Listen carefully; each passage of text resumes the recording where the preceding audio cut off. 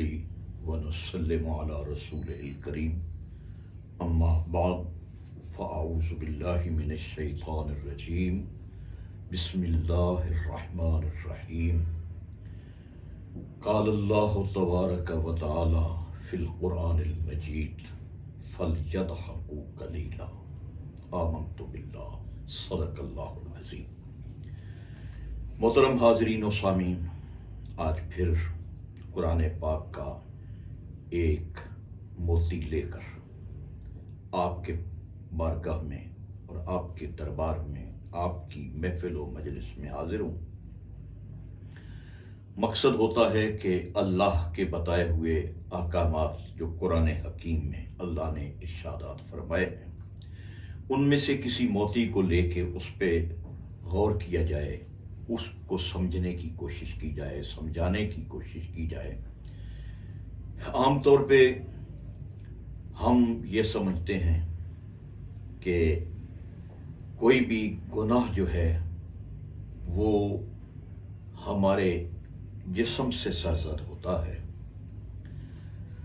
لیکن یہ یاد رکھیں کہ گناہ اگرچہ اس کا تعلق جسم سے ہے، لیکن اعضائے جسم یہی وہ اعضاء ہیں جن سے ہماری جنت بھی بنے گی، جہنم بھی بنے گی۔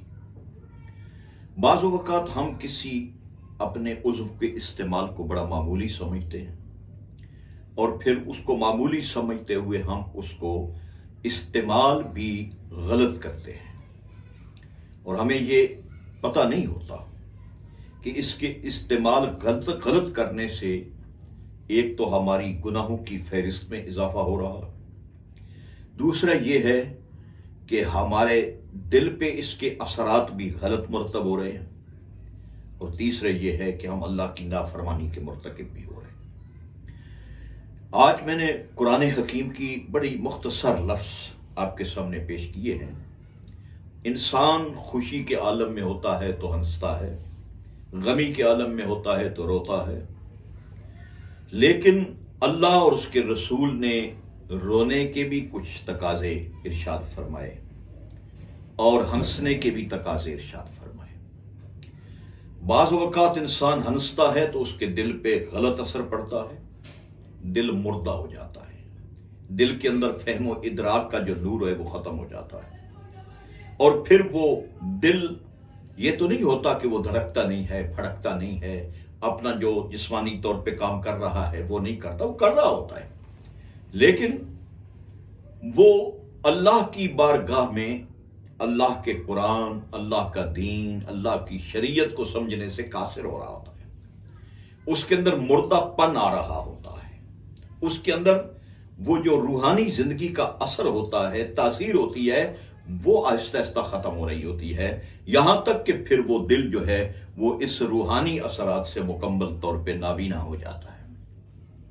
اس لیے اللہ کریم نے قرآن حکیم کے اندر یہ ارشاد فرمایا فَلْيَضْحَكُوا قَلِيلًا، لوگو بہت کم ہنسا کرو۔ حالانکہ نبی پاک صلی اللہ علیہ وسلم بھی تبسم فرمایا کرتے تھے۔ تبسم اور چیز ہے، ہنسنا اور چیز ہے۔ کھل کھلا کے ہنسنا، آواز کے ساتھ ہنسنا، منہ کھول کے ہنسنا، کہکے لگا کے ہنسنا، اللہ پاک اس ہنسنے کو منع فرما رہا ہے۔ اس لیے فرمایا فَلْيَضْحَكُوا قَلِيلًا۔ اس سے دل مردہ ہوتا ہے، اس سے انسان کے دل کے اوپر زنگ پیدا ہوتا ہے، اس سے انسان کی جو آخرت ہے وہ تاریک ہوتی ہے، اس کے اندر انسان کا جو دل کا مردہ پن ہے اس کے اندر اضافہ ہونا شروع ہو جاتا ہے۔ صحابہ کرام رضوان اللہ تعالی علیہم اجمعین غالباً مسجد نبوی میں بیٹھ کے کچھ باتیں فرما رہے تھے، کچھ گپ شپ کی صورت میں گفت و شنید ہو رہی تھی، یہاں تک کہ وہ کھلکھلا کے ہنس رہے۔ نبی کریم صلی اللہ علیہ وسلم پاس سے گزرے، آپ نے ان کی آواز کو سنا، ان کے ہنسنے کے انداز کو سنا، آپ نے ناپسندیدگی کا اظہار بھی فرمایا اور فرمایا کہ یہ کیا کر رہے ہو؟ اس کا مطلب یہ ہے کہ تمہیں موت یاد نہیں ہے۔ جس کو موت یاد ہوتی ہے وہ اس طرح کھلکھلا کے، اس طرح اپنے منہوں کو اور آوازوں کو پھیلا کے وہ نہیں ہنستا۔ اس کے لیے تو موت ہمہ وقت سامنے ہوتی ہے، اسے ہنسنا کب آتا ہے؟ تو نبی پاک صلی اللہ علیہ وسلم نے فرمایا کہ تم موت کو یاد رکھا کرو۔ موت کو یاد رکھو گے تو پھر تمہیں رونا تو آئے گا، ہنسنا نہیں آئے گا۔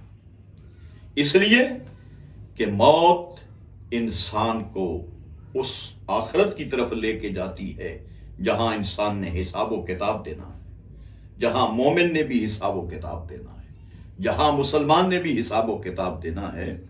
تو جب حساب و کتاب دینے کی جگہ پہ جائیں، ہنسنا تو نہیں آتا، ڈر لگتا ہے، خوف آتا ہے کہ میں جو مجھ سے سوال پوچھے جائیں گے شاید میں ان کا جواب بھی دے سکتا ہوں کہ نہیں، وہ خزانہ میرے پاس ہے بھی صحیح کہ نہیں۔ اس لیے نبی پاک صلی اللہ علیہ وسلم نے فرمایا کہ اگر تم موت کو یاد رکھو یا نہ رکھو، موت تمہیں ہر روز یاد کرتی ہے، بلکہ تمہیں پکارتی بھی ہے کہ اے انسان، میں تاریکیوں کا گھر ہوں، میں تنگی کا گھر ہوں۔ اور وہ بار بار یہ الفاظ سے انسان کو یاد کرتی ہے کہ تو نے تنہائی کے ساتھ میرے ساتھ ملاقات کرنی ہے، تو نے تنہائی میں مجھے ملنا ہے، تو نے میرے اندر آنا ہے اور میں نے تم سے ملاقات کرنی ہے، تو نے مجھ سے ملاقات کرنی ہے۔ تو جس بندے کو قبر یاد ہو، موت یاد ہو، اسلامی احکامات اس کے سامنے آتے ہیں، پھر وہ ڈرتا ہے، وہ خوف پذیر ہوتا ہے، اور وہ ہنستا کم ہے، روتا زیادہ ہے۔ اس لیے نبی پاک صلی اللہ علیہ وسلم نے بھی فرمایا کہ بہت کم ہنسا کرو، زیادہ رویا کرو۔ رونے سے اللہ کی بارگاہ میں ایک تو انسان مقبول بارگاہ بنتا ہے، پھر اس کا دل زندہ ہوتا ہے، رونے سے انسان کے اندر نور پیدا ہوتا ہے، اور پھر اللہ کی نورانیت کی جلا پیدا ہوتی ہے۔ رونا اللہ کو پسند ہے، ہنسنا اللہ کو پسند نہیں ہے۔ وہ تو وہ ہنسے جو قیامت کی ہولناکیوں سے گزر گیا ہو، جو قیامت کے حساب و کتاب سے گزر گیا ہو، اور جسے قیامت کی حساب و کتاب میں کامیابی ہو گئی ہو، وہ پھر ہنسے، اور اسے ہنسنا بھی چاہیے، اسے اللہ کا شکر بھی ادا کرنا چاہیے کہ وہ ایک بہت بڑے امتحان سے گزر کے کامیابی کی صورت میں جا چکا ہے۔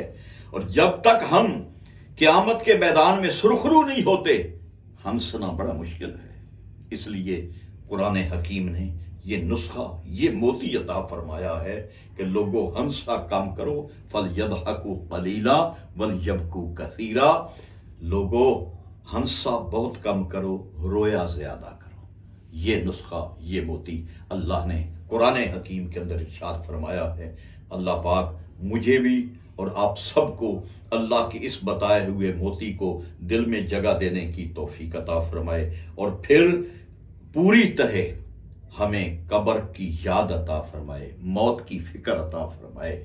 اگر یہ نسخہ مل جائے پھر انسان اللہ کی نافرمانی نہیں کر سکتا، رسول پاک کی نافرمانی نہیں کر سکتا، دین پہ غداری نہیں کر سکتا، دین سے بے وفائی نہیں کر سکتا۔ اللہ پاک میرے اس چھوٹے سے سبق کو مجھے بھی، آپ کو بھی یاد رکھنے کی بھی توفیق عطا فرمائے، عمل کرنے کی بھی توفیق عطا فرمائے۔ وآخر دعوانا ان الحمد للہ رب العالمین۔